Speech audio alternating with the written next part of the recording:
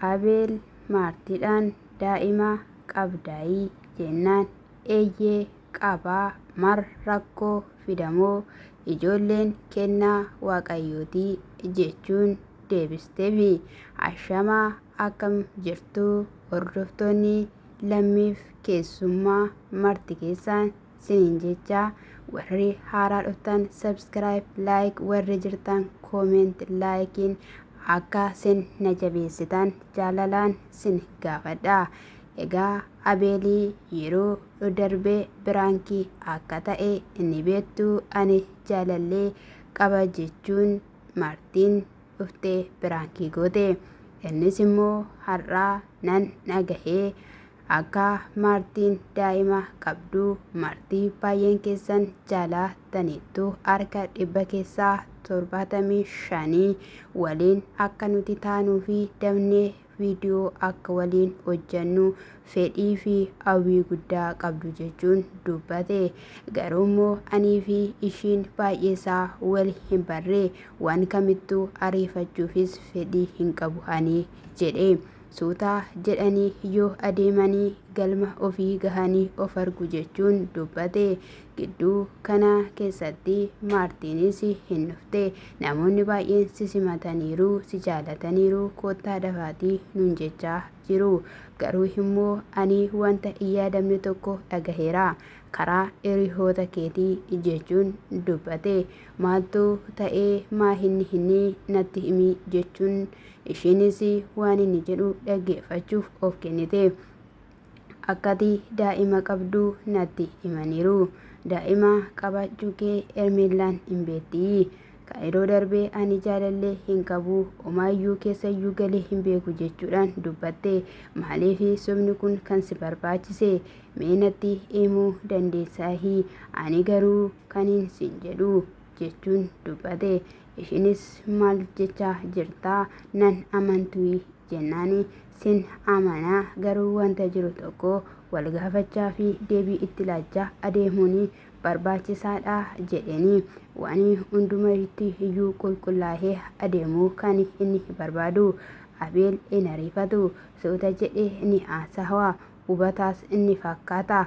Egaa inni ijoollee yoo qabaatteetti ta'e dura fedhii hin qabaachuu hin qabu jechuudha yookiinis immoo fedha yoo ta'e jalqaba itti himamee dhugaa yoo ta'e mari'atee itti galu barbaada malee walakkaa erga gahee ishiin daa'ima qabdii kan akkasii kan akkanaa akka jedhamu hin barbaadu.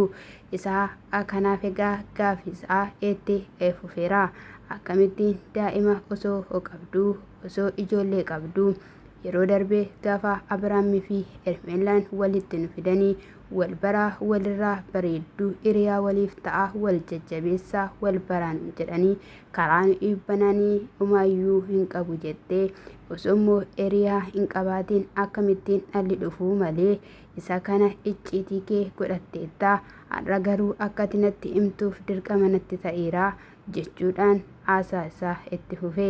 Ishiinis ahoo alleenyi lij jechuun dubbatte. Kana jechuun eeyyeen qaba dhala jetteeni ni qalladda ta'uu malaa malee kuni dhugaa miti jedheeni.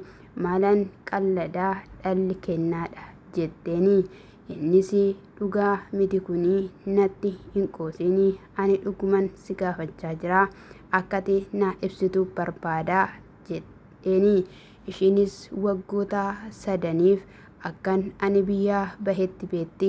Hermeellaanii gidduu sanatti kan uumamedha. Isaa akkanaafuu amma qabaanii mucayyoo kiyyaa minzees naataati. Kanaafuu marrakkoo kabaree dhiira moo dubara qabdii jedhaniitu sitti himanii. Kana adda naa baasii jennaanii dhiiradhaa dubaradhaa naan hin jenne garuu dhala qabdii jechuudhaan natti haasawanii jedhee dubbate. Inni qulqulluu shoolee bishaan akka burcuqqoo keessaa fakkaattee akka itti dhiyaattu barbaada. Ishiin garuu irra deebi'uun ammas isuma dhugaa jettaa hin qalladda ta'uu mala jennaan eeyyee qabaa. Hermeellaan Abiraamin amantee akka inni dhala qabu itti seentee maal rakkoo fidaa Ani garuu jaalalaaf jedhee dhala koo hin kaaduu. Boruu viidiyoo kana ilaaluu dandeessi. Isaa kanaafiyyuu eeyyeen jettee itti fuftee bishaan gootee diileessite. Kana irrattis egaahii Hermeellaan dhimbeetti osoo ta'eera ta'ee nan dhossitu haadhoo kootii. Anis immoo si gaafachuu naa wayyaa jedheenan si gaafadhee wanta narraa baruu barbaaddu narraa baraa akka ati adeemtu. Anis immoo waanan sirraa baruu si gaafachuu barbaadu si gaafachaa akkan adeemuufi jedheeni. Ishiinis booda irraa erga akkas jettee waan baay'eesaa haasawanii booda garuu anaan baay'ee na ajaa'ibdaa. Ammanumaa kanatti na amantuu. Ani daa'imumayyuu hin qabu. Ijoollee obboloota kootiin gara beeri kiristaanis fudhadhaa. Anatu isaan baasee isaan galchaa malee lakki jechuun kakatteefi hin sobdaa jennaan kakaa gixxim ofitti eegooteetti.